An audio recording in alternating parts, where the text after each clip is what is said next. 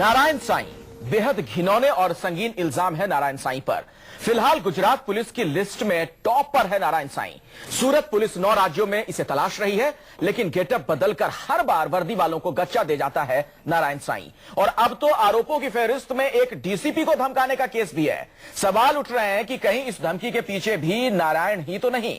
लेकिन सबसे बड़ा सवाल यह भी कि आखिर कौन बचा रहा है नारायण साईं को। इसी मुद्दे पर अगले 1 घंटे तक न्यूज 24 पर लगातार बड़ी बहस होगी। लेकिन पहले यह रिपोर्ट देख लेते हैं कि नाबालिग से यौन शोषण मामले में जब आसाराम के सिर पर गिरफ्तारी की तलवार लटकी थी, तो आसाराम के किसी गुमनाम सेवक ने जोधपुर के डीसीपी को फोन पर जान से मारने की धमकी दी थी। आसाराम के बाद बेटे नारायण साईं के सिर पर गिरफ्तारी की तलवार लटक रही है, तो एक बार फिर से नारायण साईं के किसी गुमनाम सेवक ने दी है सूरत की डीसीपी को जान से मारने की धमकी। क्या है यह? तारीख 16 अक्टूबर, सूरत पुलिस हेडक्वार्टर। डीसीपी शोभा भूतड़ा को आया एक गुमनाम कॉल। हेलो, डीसीपी शोभा भूतड़ा बोल रही हैं आप? जी बोल रही हूँ, बताइए। देखिए, नारायण साईं जी को खोजना बंद कीजिए। अगर आपने अपनी इंक्वायरी नहीं रोकी तो आपको गोली मारकर मौत की नींद सुला दिया जाएगा। क्या बकते हो? कौन बोल रहे हो तुम? बस यही समझ लीजिए, नारायण साईं का कोई खास और करीबी सेवक। कहाँ से बोल रहे हो तुम? Hello hello. कुछ इसी तरह से खुद को नारायण साईं का सेवक बताने वाले एक अनजान कॉलर ने सूरत की डीसीपी शोभा भूतड़ा को दी जान से मारने की धमकी। कल ही यहाँ पे सूरत सिटी के उमरा पुलिस स्टेशन में ऑफेंस रजिस्टर करवाया है। इसमें इस प्रकार की धमकियां थी कि अगर इसमें आप नारायण साईं को जो परेशान कर रहे हैं ये बंद कर दे, और इसमें अगर आप उनको ढूंढना बंद नहीं करते हैं तो हम आपको गोली से मार देंगे एंड ऑल दैट। पहले तो धमकी भरे इस कॉल को मामूली तफ्तीश के बाद नजरअंदाज कर दिया गया, लेकिन हद तो तब हो गई जब दूसरी बार उसी नंबर से डीसीपी भूतड़ा को जान से मारने की धमकी दी गई। तारीख 18 अक्टूबर, डीसीपी को धमकी भरा दूसरा फोन। हेलो, डीसीपी शोभा भूतड़ा। जी बताइए। देखिए मैडम, मैंने आपको परसों भी चेताया था कि अपनी हरकतों से बाज आइए और नारायण साईं जी का पीछा करना बंद कर दीजिए। देखिए, आप जो भी बोल रहे हैं आपके खिलाफ कड़ी कार्रवाई की जाएगी। ठीक है, अब आप नहीं मान रही तो अंजाम भुगतने के लिए तैयार रहिए। Hello hello hello. ठीक 2 दिन बाद एक बार फिर डीसीपी शोभा भूतड़ा को मिली जान से मारने की धमकी, लेकिन इस बार सूरत की डीसीपी शोभा भूतड़ा को जान से मारने की धमकी को हल्के में नहीं लिया गया। हमने जो ट्रेस किया है कॉल मध्य प्रदेश का है। बाकी जो डिटेल्ड इन्वेस्टिगेशन है वो अभी इन्वेस्टिगेशन ऑफिसर करेंगे।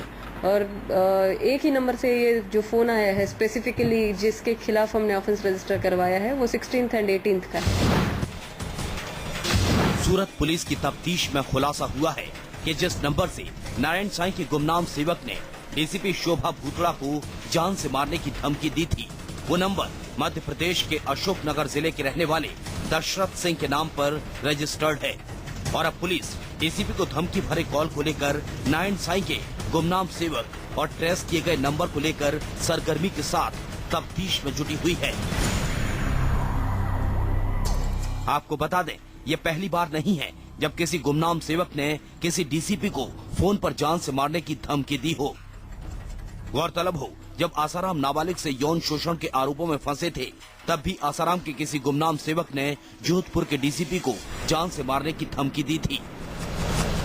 और अब जब आसाराम के बेटे नारायण साईं सूरत की बहनों के साथ रेप के आरोपों में पुलिस से भागते फिर रहे हैं, तो यहाँ भी जोधपुर की तरह ही सूरत की डीसीपी को नारायण साईं के किसी सेवक ने फोन पर दी है जान से मारने की धमकी। भूपेंद्र सिंह, सूरत, न्यूज 24। जी हाँ, सोचिए जरा, एक तरफ नारायण साईं कानून की मदद नहीं कर रहे, भागे भागे फिर रहे हैं किसी भगोड़े की तरह, और जो खबरें आ रही हैं उसके मुताबिक लगातार भेष बदलता है ये शख्स, और दूसरी तरफ उनके समर्थक पुलिस वालों को धमकी दे रहे हैं। डीसीपी लेवल की एक अधिकारी को धमकी दी गई जान से मारने की। सोचिए, तमाम पहलुओं पर हम बातचीत करेंगे। कई खास मेहमानों का पैनल न्यूज 24 पर मौजूद है। स्वामी चक्रपाणी हमारे साथ जुड़ चुके हैं, आसाराम के आप समर्थक हैं। के मनन साहब थोड़ी देर में हमारे साथ जुड़ेंगे, वरिष्ठ वकील हैं, उनसे भी हम बात करेंगे। अखिलेश तिवारी आसाराम के समर्थक हैं, उनसे भी हम बात करेंगे। बरनाली बसक हैं, एडवोकेट हैं, उनसे हम बातचीत करेंगे कानूनी पहलू पर। महंत नवल किशोर दास जी हमारे साथ जुड़ चुके हैं, बहुत बहुत स्वागत है आपका। अजय गौतम, पंडित अजय गौतम भी हमारे साथ स्टूडियो में मौजूद हैं, उनके पास भी आपको लिए चलूंगा। लेकिन पहला सवाल स्वामी चक्रपाणी आपसे ही है, ये क्या है? अब तो पुलिस वालों को आप लोग धमकाने पर उतर आए हैं। देखिए, एक तो आप अपनी वो सहमित रहिए, क्योंकि अभी कोर्ट ने भी आज आदेश दिया है कि मीडिया को भी संयम रहना चाहिए। आप लोग कोर्ट के आदेश से तो आपको बड़ा झटका लग गया स्वामी चक्रपाणी। पहले ही दिन से मीडिया ट्रायल शब्द जो आप बोल रहे थे, अदालत ने कह दिया है कि मीडिया कवरेज जारी रहेगा। आनंद जी, आपके मीडिया कवरेज जारी रहेगा। आप लोगों की याचिका ठुकरा दी गई, मीडिया कवरेज और जो आप लोगों ने मांगी थी। अरे बात तो सुन लीजिए, बात तो सुन लीजिए। अरे बात तो सुनिए, माननीय सुप्रीम कोर्ट ने ये ऑर्डर दिया है कि सब मीडिया को भी संयमित रहना चाहिए, संयम से काम लेना चाहिए। और संयम शब्द वहाँ प्रयोग, हम पहले अरे सुनिए, अरे सुनिए, संयम वहाँ प्रयोग होगा। जो खबरें दिखाई जा रही थी, आनंद जी, संयम सामने आ रहे थे, आपने इसको मीडिया ट्रायल नाम दे दिया था, अदालत पहुंच गए थे कि मीडिया कवरेज रुक जाए, लेकिन अदालत ने आपकी याचिका ठुकरा दी। बड़ा झटका आपके लिए। संयम शब्द वहां प्रयोग होता है जहां सामने वाला उदंडता करता हो। अच्छा। तो इसलिए कहा कि अब उन्होंने देखा कि अनेक प्रकार के ओसामा से तुलना और किससे तुलना और रावण से तुलना, तो कोर्ट ने, माननीय कोर्ट ने ये समझा और इसलिए कहा कि मीडिया को भी संयम से काम लेना चाहिए। अच्छा। तो ये तो आप देखिए ना उसमें कितना वजन, हम ही लोग भी कर रहे हैं, चैनल को ताला लगा दिया जाए। पहले मेरी बात सुनिए, चैनल आपकी ताला बंद कर दिया जाए। मैं लौटूंगा दोबारा आपके पास। जी, बड़ा झटका है ये। आसाराम के जो तमाम समर्थक और आसाराम गए कि मीडिया कवरेज रुकवाने के लिए मीडिया ट्रायल नाम दे दिया गया था, इसे डरकर, जिस तरह से हर रोज नए नए लोग टीवी पे खबरों को देखकर आ रहे थे आसाराम के सताए हुए। देखिए, आसाराम जी ने, उनके समर्थकों ने, नारायण साईं ने ना कभी इस देश की न्यायपालिका और कानून पालिका को कुछ माना, ना कभी उनका आदर किया। और इसको 7 जनवरी 2013 भरतपुर डिस्ट्रिक्ट राजस्थान के अंदर उन्होंने क्या कहा, जो कंटेम्प्ट ऑफ कोर्ट बनता है कि मैं सुप्रीम कोर्ट और हाई कोर्ट के जज जो है वो मेरे फॉलोअर है, मेरे क्लाइंट है, मेरा प्रवचन सुनते हैं, मैं उनसे अपील करूंगा कि रेप केस के अंदर कड़े कानून ना बनाए जाएं। कोई भी आदमी जबकि पब्लिकली ऑनरेबल सुप्रीम कोर्ट या ऑनरेबल हाई कोर्ट के जजेस को पब्लिकली एड्रेस नहीं कर सकता। वो तो उन्होंने कहा कि मैं उनको अपील करता हूं, पहली बात। दूसरी बात उन्होंने जिस तरीके से वो जब गिरफ्तारी से पहले आचाराम जी धमकाते हैं कि मैं स्टेट गवर्नमेंट को सोचना चाहिए, अशांति हो जाएगी, मीडिया पे हमला होता है, public piece and tranquillity disturb होती है, ये सब कुछ जो होता आ रहा है, ये कहीं ना कहीं देखिए ये इस तरीके से है कि आज तक कभी भी आशाराम जी हो चाहे नारायण साईं हो, अगर ये कानून में इनका भरोसा होता, कानून में विश्वास होता, अभी जैसे कहा कि संयम वाली बात बीच में आई, तो कानून ने तो ये भी कहा कि आप ये आके इन्वेस्टिगेशन ज्वाइन करिए, 150 का नोटिस उनके दरवाजे पे चिपका के है, लेकिन उसके बाद भी वो नहीं है नोटिस ज्वाइन करने के लिए। मैं अखिलेश तिवारी का रुख करना चाहूंगा। हम आसाराम पे बात करेंगे, मीडिया कवरेज और ट्रायल के बीच का जो डिफरेंस है वो भी हम बताएंगे दर्शकों को, और किस तरह से आसाराम को इस पर झटका लगा ये भी बताएंगे। लेकिन नारायण साईं जो भागे फिर रहे हैं अखिलेश तिवारी जी, और दूसरी तरफ एक डीसीपी लेवल के अधिकारी को धमकी दे दी जाती है, गोली मारने की धमकी। क्या है आखिर ये सब? धमकी देने पर उतर आए हैं नारायण साईं के समर्थक, पुलिस वालों तक को, खाकी वर्दी वालों को धमकी दी जा रही है।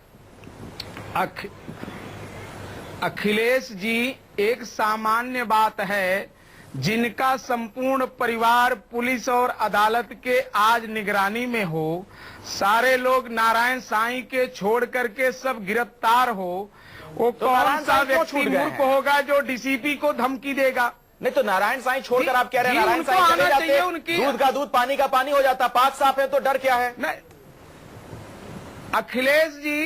अखिलेश जी, मैं ये कह रहा हूं, आप सबकी दृष्टिकोण मैं अपने बात के तरफ आकर्षित कर रहा हूं कि उनका संपूर्ण परिवार आज पुलिस के इंक्वायरी में है। तो बताइए, अगर उनका कोई शुभचिंतक होगा और डीसीपी को धमकी देगा? हाँ, यदि कोई दिया है तो बहुत बड़ा अपराध है, उसको तत्काल गिरफ्तार करना चाहिए, उसकी तुरंत चौकसी करनी चाहिए, ऐसे लोगों को खुला नहीं छोड़ा जा सकता। ये कितना बड़ा अपराध है? ये बरनाली बसक हमें बताएंगी, आप एडवोकेट हैं, कानून क्या कहता है? बरनाली बसक, एक पुलिस अधिकारी को धमकी देना, गोली मारने की धमकी देना, क्या ये जो जांच जारी है इसमें बाधा डालने की कोशिश नहीं है? ये बिल्कुल ये क्रिमिनल इंटिमिडेशन है अगर आप किसी को जान पे धमकी दे रहे हैं। और जब वो स्पेसिफिकली जब आप कोई ड्यूटी कर रहे हैं, हम वी ऑल मतलब पब्लिक हम we look forward to the police and police authorities to protect us. अब उन्हीं को अगर धमकी देने लगेंगे तो ये तो बिल्कुल I mean it's an offence and it is punishable as well. तो इनको बिल्कुल तुरंत कोई मतलब इन्वेस्टिगेशन करना चाहिए कि ये धमकी कहाँ से आ रहा है, यहीं पे रोकना चाहिए बिल्कुल कि बात आगे तक ना बढ़े। बिकॉज एक बार कोई क्राइम हो जाएगा और अगर कुछ हो जाता है then who will take responsibility of it? So इस चीज का मतलब पहले से मतलब ये मतलब अगर धमकी आई है तो there should be proper investigation as to कहाँ से आ रहा है ये मैं चीज। नवल किशोर दास जी आपसे समझना चाहूंगा, एक तरफ तो वो लोग तमाम जेल में सलाखों के पीछे हैं जिन्होंने खुद को संत कहा, उनके परिवार के सदस्य नारायण साईं भागे भागे फिर रहे हैं, किसी भगोड़े की तरह भेष बदल रहे हैं, सिम कार्ड बदल रहे हैं, लोकेशन बदल रहे हैं। दूसरी तरफ उनके समर्थक पुलिस वालों को धमकी दे रहे हैं। ये कौन सी संतों की परंपरा दिख रही है आपको? एक तो बार बार आप लोग कहते हैं संतों की कौन सी परंपरा रखी। मैं नहीं कहता हूँ, आसाराम और आसाराम के समर्थकों ने कहा। आपको नहीं लगता कि इस शब्द को भी खराब किया गया, बदनाम किया गया? फिर आप ही बोलो। नहीं बोलिए बोलिए महंत जी बोलिए। मेरा निवेदन के लिए इतना है बंधु कि अपराधी अपराधी होता है, वो काहे का संत?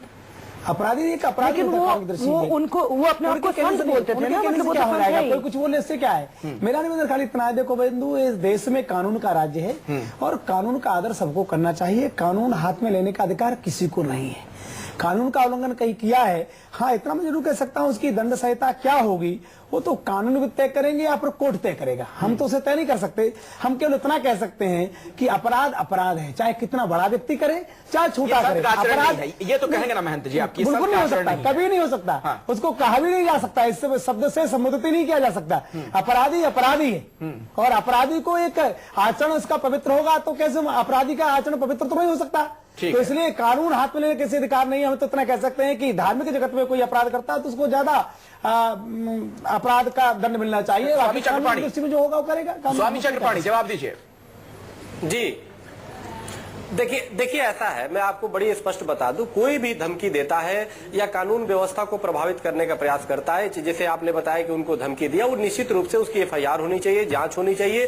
कोई भी हो उसको निश्चित रूप से पकड़ा जाना चाहिए। अभी देखिए हम जिन लोग जैसे समर्थन में बोलते हैं, संतों के समर्थन में किसी पे होता अपने विचार व्यक्त करता है। हम पे किसी ने फोन करके एक दिन धमकी दिया, हमने तुरंत एफआईआर कराया उसका। उसने कहा कि नहीं आप समर्थन में मत बोलिए, हमने बोलेंगे तो बोला कि मैं आपको गोली मार दूंगा। हमने ठीक है तू मार देना, और मैंने तुरंत एफआईआर कराया। सवाल है कि कानून अपना काम करेगा तो किसी भी कानून को प्रभावित कोई भी करता है उसमें तुरंत जांच होना चाहिए। और ये अपराध अपराध है, इसमें कोई दो राय नहीं है। चाहे जो अधिवक्ता जी राय दे रही वो भी सही दे रही, चाहे नवल किशोर दास जी महाराज वो कर रहे, चाहे अवधेश जी भी, कोई भी हमारे अखिलेश जी भी, कोई भी इससे इत्तेफाक नहीं रखेगा कि जी उस पर कार्रवाई नहीं हो। कोई भी हो, चाहे अगर जो पहले तो स्वामी चक्रपाणी ऐसे में नारायण साईं को क्यों नहीं पुलिस के सामने पेश हो जाना चाहिए? जो इस तरह की तमाम चर्चाएं हो रही हैं, जो अफवाहों का बाजार गर्म है, वो अपने आप ठंडा हो जाएगा। क्यों आखिर भेष बदल बदल कर अलग अलग राज्यों में घूम रहे हैं नारायण साईं?